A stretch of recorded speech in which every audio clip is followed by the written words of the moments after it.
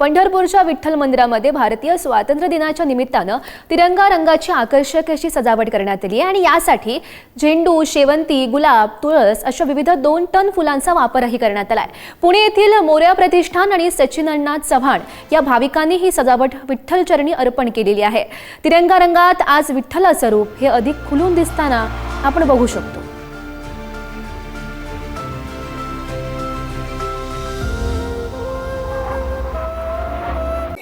आज 15 ऑगस्ट भारतीय स्वातंत्र्य दिन आज राज्यभर साजरा केला जातो। आपण एकंदरीत पाहिलं तर राष्ट्रीय सणाबरोबर आज पंढरपूरच्या विठ्ठलाच्या रुक्मिणी मंदिरामध्ये सुद्धा आकर्षक अशा फुलांची, तिरंग्या रंगाच्या फुलांची सजावट केलेली आपल्याला पाहायला मिळते। आणि एकंदरीत पाहिलं तर आज विठ्ठलाचा गाभारा असेल, सोळखांबे असेल, हे सर्व तिरंग्या रंगाची फुलांची सजावट जी पुणे येथील विठ्ठल भक्त विठ्ठल अण्णा चव्हाण यांनी केलेली आहे। आणि आपण बघितलं तर आज आपण त्यांच्याकडून जाणून घेणार आहोत की अण्णा काय सांगाल की कशा पद्धतीची सजावट केली आहे, कोणकोणत्या फुलांचा वापर करण्यात आला।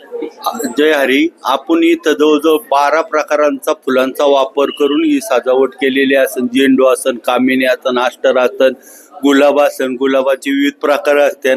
अशा फुलांचा जवळजवळ 2 टन फुलांचा वापर करून आपण ही सजावट केलेली आहे।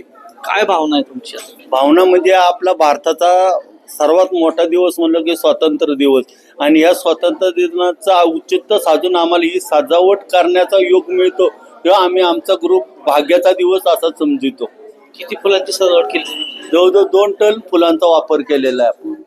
आपण पाहिलं तर जवळपास 2 टन फुलांच्या तिरंगी रंगाची फुलांची सजावट केली आपल्याला पाहायला मिळते। आणि पांडुरंगाला सुद्धा तिरंगा रंगाचा शेला परिधान केलेला आहे।